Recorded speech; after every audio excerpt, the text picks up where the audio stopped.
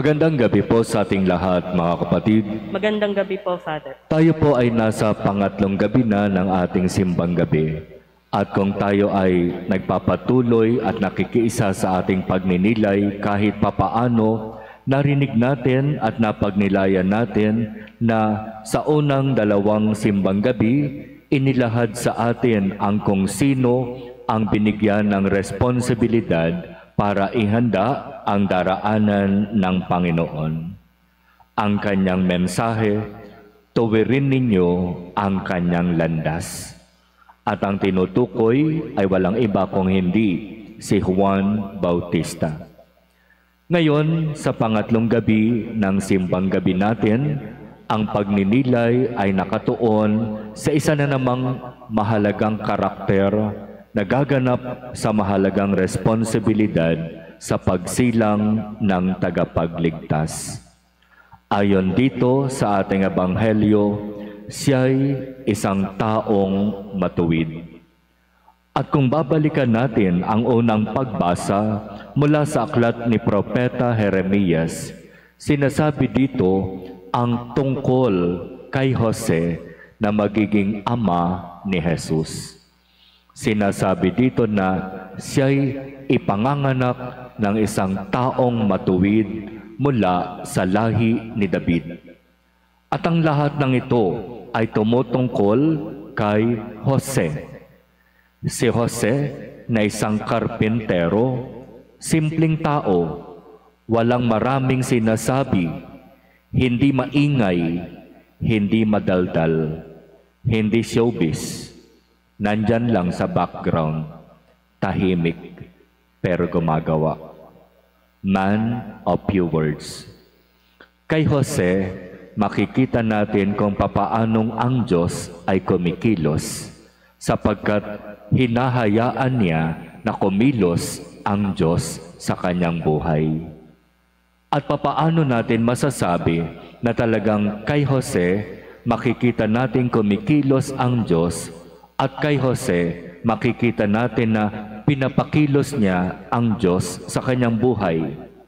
Kasi kung babalikan natin dito sa Ebanghelyo, matapos mabalitaan na si Maria ay nagdadalang tao, merong nabuong desisyon si Jose para sa kanyang sarili. Hihiwalayan niya ng lihim si Maria. Bakit?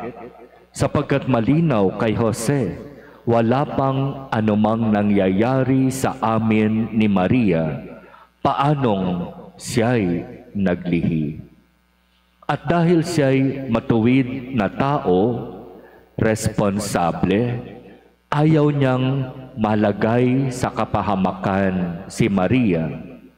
Ayaw niyang mapahiya si Maria, kaya nagdesisyon si Jose, hihiwalayan ko ng lihim si Maria, at sa ganoong paraan, tahimik akong lalayo at siya'y tahimik na maililigtas sa tiyak na kapahamakan.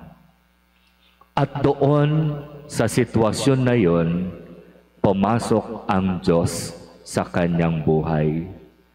At nangyari ang lahat sa panaginip. Dinalaw ng anghel na tagapagbalita si Jose sa panaginip. At ipinaliwanag ng anghel kay Jose ang lahat. Jose, anak ni David, huwag mong hiwalayan si Maria, sapagkat ang kanyang ipinaglilihi ay sa pamamagitan ng kapangyarihan ng Espiritu Santo. At sa pagsisikap ng anghel na ipaunawa kay Jose ang lahat, sa biyaya ng Diyos, sabi ng Ebanghelyo, pagkagising ni Jose, pinakasalan niya si Maria. Tinanggap niya ang responsibilidad para maging asawa ni Maria at ama ni Jesus.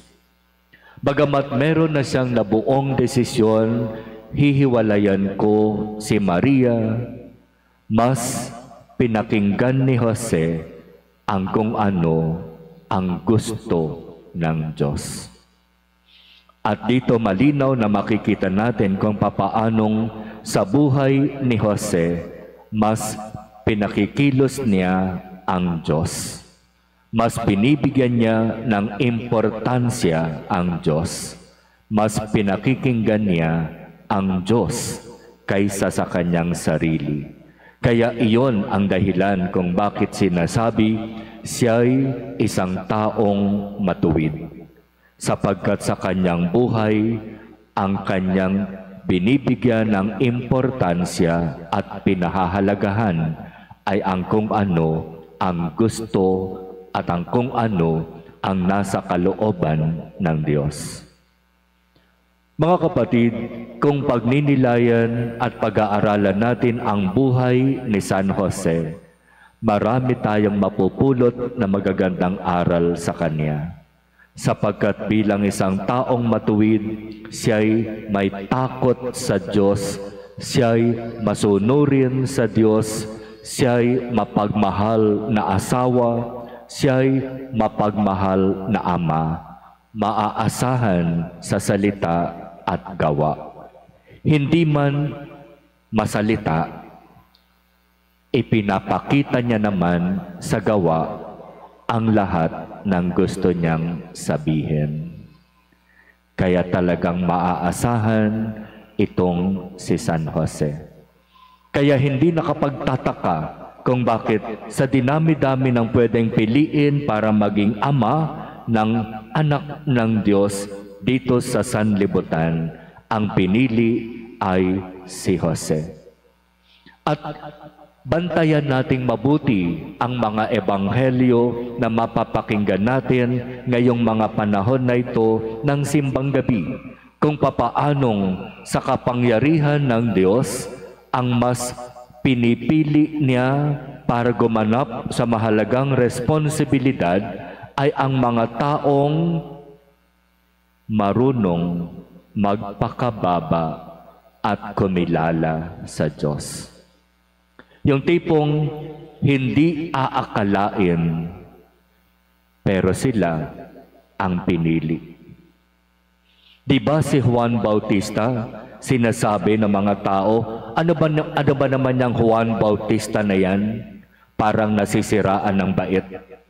Biro mo naman, tumira sa disyerto ng 40 araw, hindi kumakain, ang kinakain lang balang at pulot-pukyutan, ang damit balat ng kamelyo.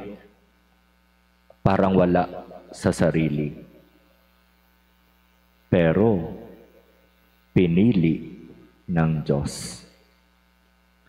Si San Jose, hindi kabilang sa pamilyang kinikilala sa lipunan, walang ipinagmamalaki sa buhay, hindi nakapagtapos ng mataas na pag-aaral, hindi mayaman, walang kapangyarihan, simpleng karpentero, manggagawa, halos hindi pinapansin sa lipunan, pero pinili ng Diyos.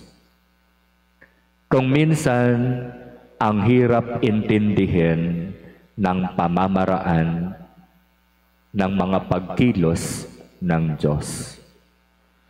Pero ang kailangan, yung tipong maging sensitibo sa kung papaano kumikilos ang Diyos sa buhay ng tao. Sa buhay natin, sa buhay ko, sa buhay mo.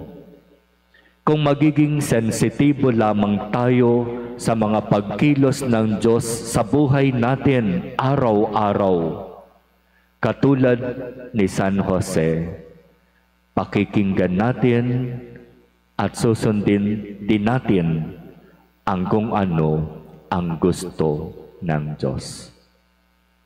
Kaya sa ating banal na pagdiriwang ngayon ng banal na misa, ipanalangin natin ang bawat isa, lalo na ang mga ama ng tahanan. Nawa, ipagkaloob ng Diyos sa kanila. Sa atin, ang biyaya na maging responsable, maaasahan, mapagmahal na mga asawa, mapagmahal na mga ama, masunurin at kumikilala sa Diyos. Kay San Jose, makakatagpo tayo ng huwaran at modelo kung papaanong tunay na dapat sumunod sa Diyos. Yung mga wala pang asawa, sinasabi, kung gusto mong makatagpo ng mabuti at responsableng asawa, magdasal ka kay San Jose. Hingin mo kay San Jose ang biyaya na ipagkaloob ng Diyos sa iyo ang iyong magiging asawa ayon sa halimbawa ni San Jose.